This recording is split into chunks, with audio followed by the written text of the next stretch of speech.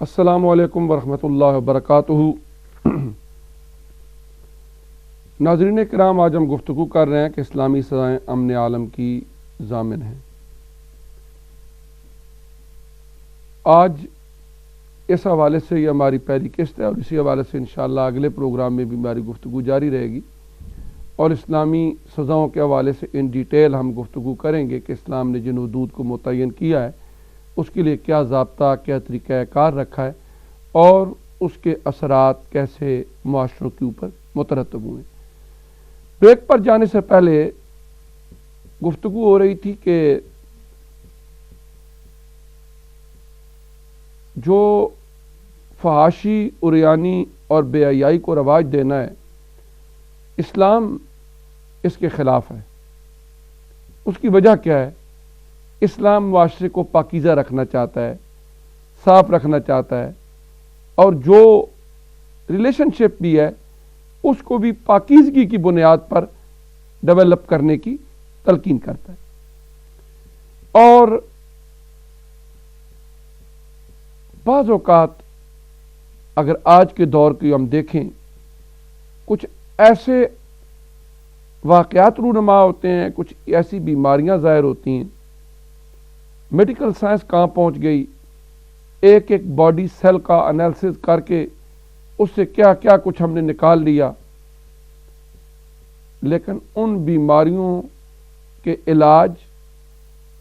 اور تشخیص کے حوالے سے دنیا بھر کی لیبارٹریز، ڈاکٹرز، ہاسپٹلز، سرجریز معذرت خواہانہ رویہ اختیار کرتے ہیں کہ ان کی اس بیماری کا علاج ہمیں سمجھ نہیں آیا۔ آخر اس کی وجہ میں سمجھتا ہوں کہ اس کی بڑی وجہ یہی ہے کہ بعض اوقات جب انسان اپنی حدوں کو کراس کر جاتے ہیں، خدا بیزار اس حد تک ہو جاتے ہیں کہ خدائی قوانین کا کانسیپٹ بھی اپنے ذہن کے کسی پردے سے اٹھا لیتے ہیں، اللہ تعالیٰ کی طرف سے انسانوں کے لیے تعزیانہ عبرت کے طور پر کچھ ایسے احوال و واقعات سامنے آتے ہیں کہ جو عقل رسا رکھنے والے، دانش و بینش رکھنے والے لوگ ہوتے ہیں، فہم و فراست کے حامل لوگ ہوتے ہیں، انہوں تو اس میں حکمت الہی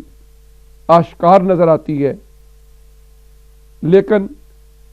جن کی آنکھوں میں پردہ پڑا ہوا ہو،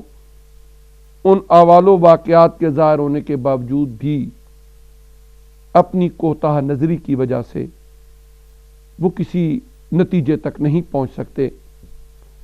ان میں سے ایک چیز ایڈز ہے۔ ایڈز کیا ہے؟ تحقیق یہ بتاتی ہے کہ یہ ایک ایسی بیماری ہے کہ انسانی خون کے باریک اجزاء میں بڑی تیزی کے ساتھ یہ تباہ کن قاتل مادہ ہوتا ہے جو حل ہوتا چلا جاتا ہے اور اس کے نتیجے میں وہ مرض انسان کے لیے جان لیوا ثابت ہوتا ہے۔ اور میں سمجھتا ہوں کہ اس مرض کا علاج پوری کوشش، جدوجہد اور تحقیق کے باوجود تلاش نہ ہو سکنا خدا بیزار جو معاشرے ہیں اور سائنسی دنیا ہے، قدرت کی طرف سے اس کے منہ پر ایک تماچا ہے۔ وہ کیسے؟ کہ دیکھیں، اللہ تعالی اس زمین پر اپنے بندوں کے لیے امن و آشتی چاہتا ہے، زندگی گزارنے کا ایک طریقہ سکھاتا ہے کچھ، اور وہ طریقہ عین نیچر اور فطرت کے مطابق ہے۔ اور بعض اوقات لوگ جب فطرت کے تقاضوں کو پامال کرتے ہیں اور غیر فطری زندگی گزارنے کی کوشش کرتے ہیں تو اللہ تعالیٰ کے غضب کا شکار ہو جاتے ہیں، اللہ کی قہاریت کا شکار ہو جاتے ہیں۔ اور جب ایسے رویوں کو اپنی زندگی کا شعار بنا لیتے ہیں،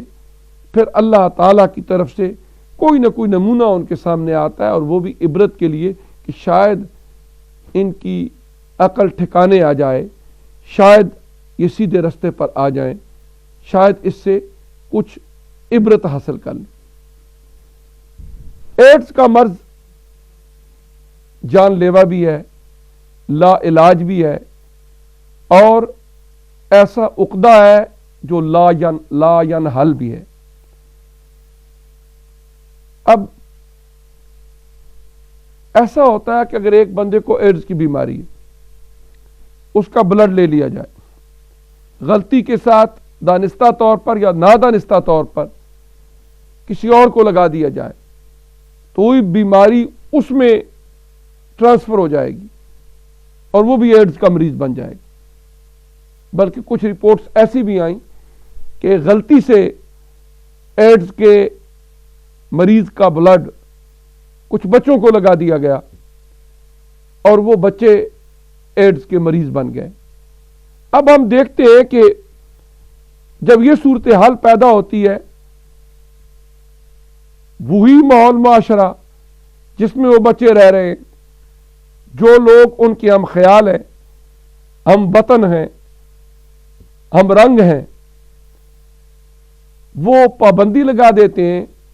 کہ یہ بچے ان سکولوں میں نہیں آ سکتے۔ کیوں نہیں آ سکتے؟ اس لیے نہیں آ سکتے کہ دوسرے بچے ان کو بھی ایڈز ہو جانے کا خطرہ ہے۔ ان کے پاس بیٹھنے سے، ان کو ٹچ کرنے سے، یا ان کے ساتھ جو انٹریکشن ہے اس کی وجہ سے یہ بیماری دوسروں کو بھی منتقل ہو سکتی ہے۔ لہذا تم یہ کرو کہ ان بچوں پر بین لگا دو کہ ان سکولوں میں نہیں جا سکتے۔ یہ ایک احتیاطی تدبیر ہے جو بارہا اختیار کی گئی، اور میڈیا کے اوپر اس کو باقاعدہ طور پر لوگوں کو بتایا بھی گیا۔ اب یہاں پر ایک سوال پیدا ہوتا ہے، وہ یہ کہ اگر کچھ بچے یا کچھ لوگ غلط سرنج استعمال ہونے کی وجہ سے، یا کسی کا غلطی سے ایڈز کے مریض کا بلڈ لگ جانے کی وجہ سے بیماری کا شکار ہو گئے، ہم نے اس کے لیے بہت کیئرفلی تدابیر اختیار کی کہ یہ بچے سکول میں نہ جائیں جس سکول کے اندر دوسرے بچے ہیں کہ وہ بھی ایڈز کے مریض بن جائیں گے۔ اس سے بہتر نہیں؟ ڈاکٹر جو بتاتے ہیں، میڈیکل سائنس جو بتاتی ہے کہ جن ناجائز غیر فطری کاموں کی وجہ سے یہ مرض پیدا ہوتا ہے، پھر آگے بڑھتا ہے، ان پر پابندی لگائی جائے، ان کو روکا جائے، ان کا سدباب کیا جائے، تاکہ یہ مرض آگے بڑھ ہی نہ سکے، کوئی جان اس سے تلف ہو ہی نہ سکے۔ لیکن شاید جو آزادی اپنے معاشروں کو دور جدید کے ترقی یافتہ ممالک دے چکے ہیں، وہ کوشش بھی کر لیں، لیجسلیشن بھی کر لیں، سیکیورٹی ایجنسیز بڑھا بھی لیں، شاید آزادی دینا ان کے لیے اتنا مشکل نہیں تھا، لیکن اب اس آزادانہ زندگی پر کنٹرول کر کے ایسے عذابوں سے، وباؤں سے، بیماریوں سے ان کو بچانا ان کے لیے بہت مشکل ہے۔ لیکن میرے محترم ناظرین، اسلام جو فطری طور پر انسان کو زندگی گزارنے کی تلقین کرتا ہے، اگر اس نظام زندگی کا آپ مطالعہ کریں، کتنے خوش قسمت ہیں وہ لوگ جو اس نظام حیات کو ماننے والے، اس نبی محتشم صلی اللہ علیہ وسلم پر ایمان لانے والے، جو ایک کمپلیٹ کوڈ آف لائف اس انسانیت کو ایسا دے رہے ہیں کہ جو نہ صرف مسلمان کے لیے بلکہ جملہ انسانیت کے لیے جو چیزیں زہر قاتل کا درجہ رکھتی ہیں ان کا رستہ بند کرتا ہے، ان سے انسانوں کو اوائڈ کرنے کی تلقین کرتا ہے، اور اگر کوئی اس سے نہیں بچتا اس کو سخت قسم کی سزا دی جاتی ہے۔ کیوں؟ اس لیے تاکہ دوسرے انسان امن سلامتی کے ساتھ اپنی زندگی گزار سکے۔ اور پھر اس کے بعد ایک بات اور کہ اگر کچھ لوگ احتیاط نہیں کرتے اور غیر فطری زندگی گزارتے ہیں، پھر جو نتائج مترتب ہوتے ہیں ان سے پریشان بھی ہوتے ہیں، اور پھر سکول کے بچوں پر تو پابندی لگ جائے کہ تم نے اس سکول میں نہیں جانا، یہ احتیاطی تدبیر ہے، اور ہمیں اپنی عقل پر انہیں یہ دستک دینی چاہیے کہ کیوں نہ ان لوگوں پر ہی پابندی لگ جائے جو ایسے غلط کاریوں اور غیر فطری بدکاریوں کا شکار ہوتے ہیں جو کہ پورے معاشرے کے اندر ایک انارکی پھیلانے کا سبب بنتے ہیں۔ ایسے امراض جو لا علاج ہیں ان کے پھیلانے کا سبب بنتے ہیں، ان پر کیوں نہ پابندی لگا دی جائے۔ ایک طرف تو لیجسلیشن کی جائے ایسی برائیوں کو عام کرنے کی جس کا نتیجہ بقول سائنٹسٹ ڈاکٹرز مترتب ہوتا ہے ایڈز کی صورت میں، اور دوسری طرف ایڈز کا علاج تجویز کرنے پر کروڑوں اربوں ڈالر خرچ کر دیے جائیں کہ کہیں اس کا علاج ہمیں مل جائے۔ پہلے بھی میں عرض کر رہا تھا، اسلام اس قسم کے رویوں کو اختیار اور برداشت نہیں کرتا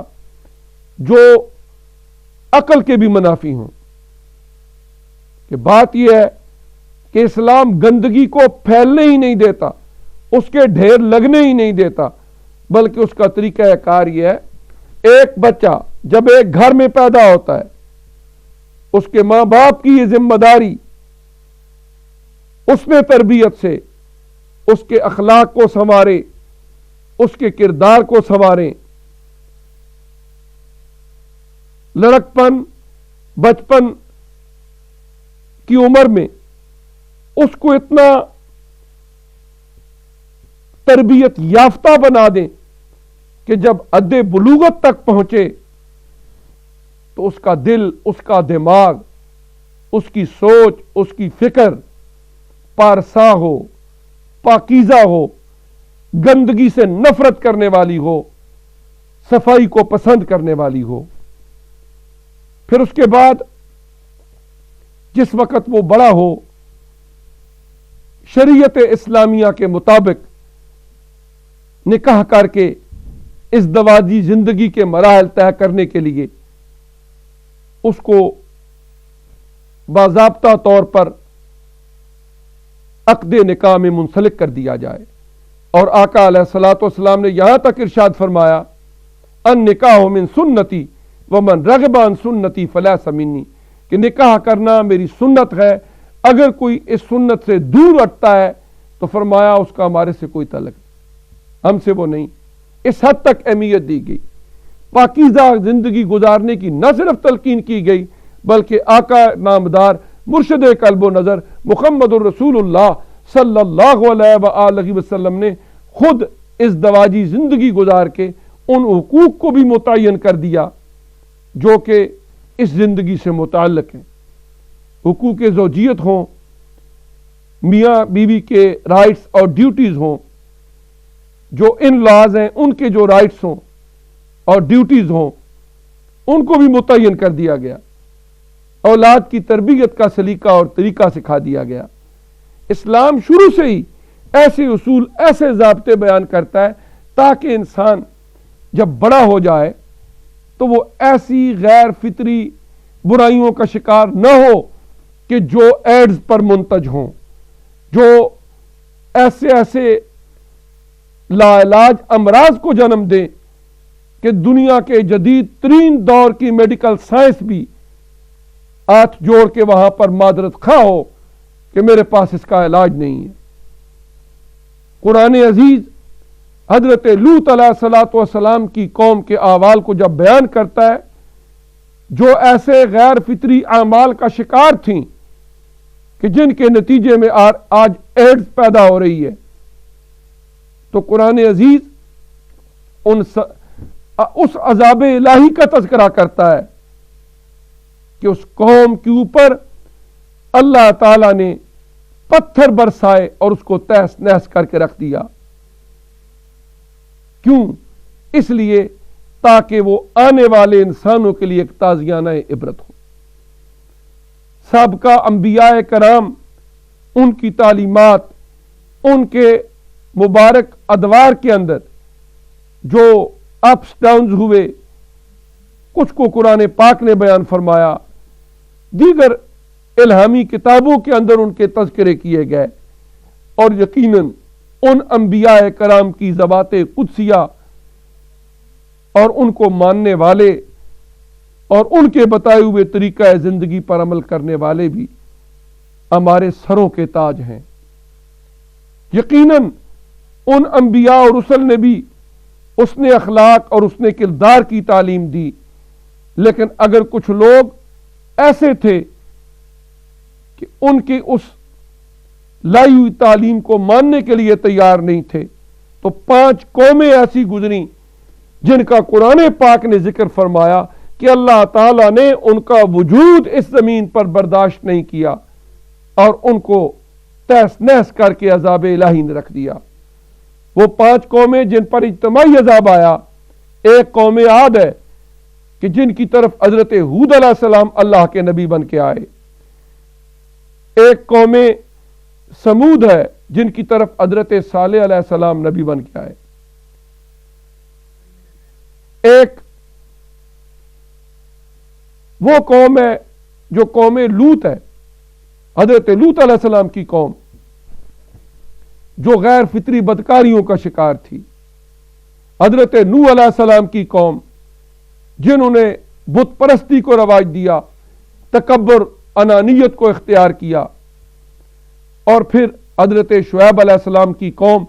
جنہیں قرآن پاک نے اصحاب الایکہ سے موسوم کیا ہے۔ یہ 5 قومیں ہیں جن پر اللہ کا عذاب آیا۔ ان میں سے ایک حضرت لوط علیہ السلام کی قوم ہے۔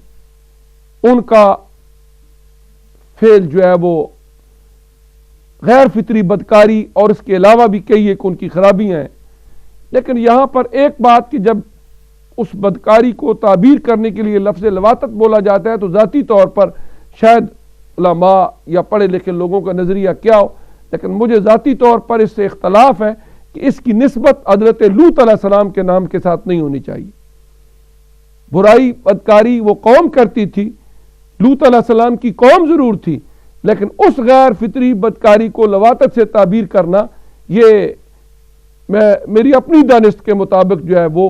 ٹھیک نہیں ہے، بلکہ اس کو بدکاری ہی کہنا چاہیے، برائی ہی کہنا چاہیے، لیکن لوط علیہ السلام کے مبارک نام کے ساتھ اس کی نسبت جو ہے وہ نہیں کرنی چاہیے۔ بہر کہ وہ اس برائی کا شکار ہوئے جس کے نتیجے میں آج ایڈز کا مرض پیدا ہو رہا ہے۔ تو اللہ تعالیٰ نے قرآن عزیز کے اندر فرمایا کہ اس قوم پر اللہ نے عذاب نازل فرمایا۔ اب دیگر جو عذاب ہے ان کے مقابلے میں پتھر نازل کیے گئے، اس قوم کو تہس نہس کیا گیا۔ تو مسلمانوں کے لیے قرآن عزیز میں جب وہ آیات نازل ہوئیں تو اس میں ہمیں یہ بات بتائی گئی کہ یہ ایک انتہائی بھیانک قسم کا فعل ہے۔ تو عرض کرنے کا مقصد یہ ہے کہ اسلام کا طریقہ کار بتایا ہوا زندگی کا وہ ہے کہ جو امن و سلامتی کا ضامن ہے، اور اگر کوئی بندہ اس جرم کا ارتکاب کرتا ہے پھر اس کو جو سزائیں دی جاتی ہیں وہ بھی امن و سلامتی کا گہوارہ معاشرے کو بنانے کا ضامن بنتی ہیں، اور جو لوگ ان سزاؤں پر اعتراض کرتے ہیں وہ